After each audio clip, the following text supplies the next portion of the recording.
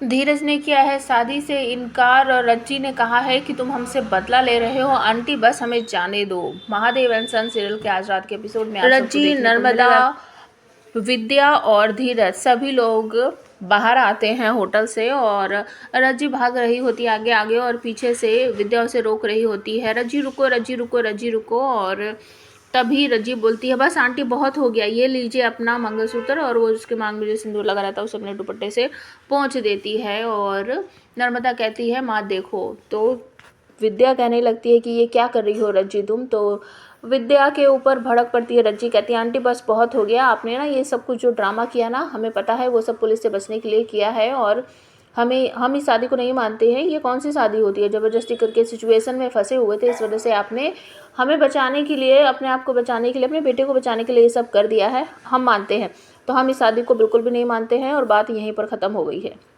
और बिल्कुल हाँ में हाँ मिलाता है धीरज, कहता है हाँ माँ, हम भी शादी से इनकार करते हैं, ये कोई शादी वादी नहीं थी, बस रज्जू को बचाने के लिए आपने ये करवा दिया। लेकिन विद्या कहती है ऐसे थोड़ी होता है, तुमने कह दिया कि हम इस शादी को नहीं मानेंगे और ये शादी नहीं मानी जाएगी। और जब कहने लगती है रज्जी कि हम अपने घर जा रहे हैं, हम अपने कल्याण को ढूंढेंगे, इस बकलेट ने पता नहीं क्या कर दिया हमारे कल्याण के साथ, तो वो समझाने लगता है धीरज उसे कि तू पागल हो गई है क्या, तुझे समझ नहीं आ रहा है, वो तुझे यहाँ लाके और होटल में बेहोश पड़ी हुई थी तू, हमने तेरे को उठाया है और वो कल्याण तेरे सारी ज्वेलरी गहने लेकर भाग गया, तुझे दिखाई नहीं दे रहा है क्या। वो उस पर भड़क पड़ती है और मारने लगती है कि हमें सब दिखाई दे रहा है, तूने ही उसको मार पीट के भगाया है और तूने उसे गायब किया, हम जा रहे हैं अपने कल्याण को ढूंढने।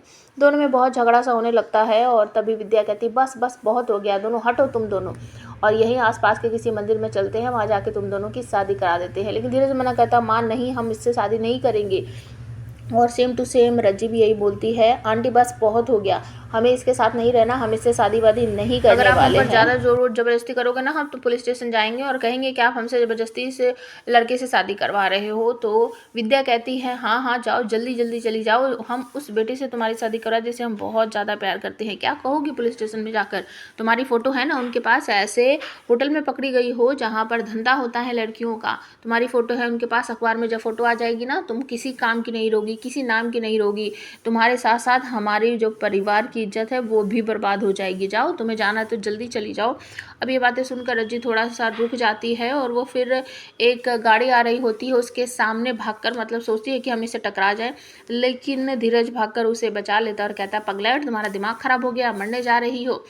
विद्या कहती है कि चलो आसपास के किसी मंदिर में चलते हैं और वहाँ जाकर वो उन दोनों की शादी वगैरह जो है वो करवा देती है। और उसके बाद बहुत बड़ा वचन ले लेता है धीरज अपनी माँ से, अपनी भाभी से, तीनों से ही कहता है कि ये शादी जो हुई है इसके बारे में कोई भी कुछ नहीं बोलेगा। लेकिन विद्या कहती है हम तुम्हारे बाबा को सब कुछ सच सच बता देंगे। धीरज कहता है कि बाबा इस शादी को कभी नहीं मानेंगे, अगर आपने सच बताया ना तो आपका और बाबा का रिश्ता भी टूट सकता है, ये जो शादी हुई है इसे हम अपने सर पर ले लेंगे। तभी नर्मदा देखती है कि रज्जी का भाई वहाँ पर आने वाला है, तो वो कहती है कि माँ जल्दी से चलो यहाँ से, वो इधर को ही आ रहा है, अगर उसने हम सबको यहाँ देख लिया तो बहुत बवाल हो जाएगा। तो बिल्कुल वैसा ही होता है, वो लोग वहाँ से निकल जाते हैं। और अपकमिंग एपिसोड में आप सब देखोगे कि रज्जू को लेकर जब घर जाएगा धीरज और विद्या, तो उसका भाई दरवाजे के सामने ही रोक लेगा उन लोगों को और कहेगा कि तुमने हमना बहुत बड़ा नाम रोशन किया है, तुमने तो अपने मन की कर ली, अब हम अपने मन की करते हैं। तो वो धीरज के ऊपर गन तान कर कहता है हम अभी मार डालेंगे इसको।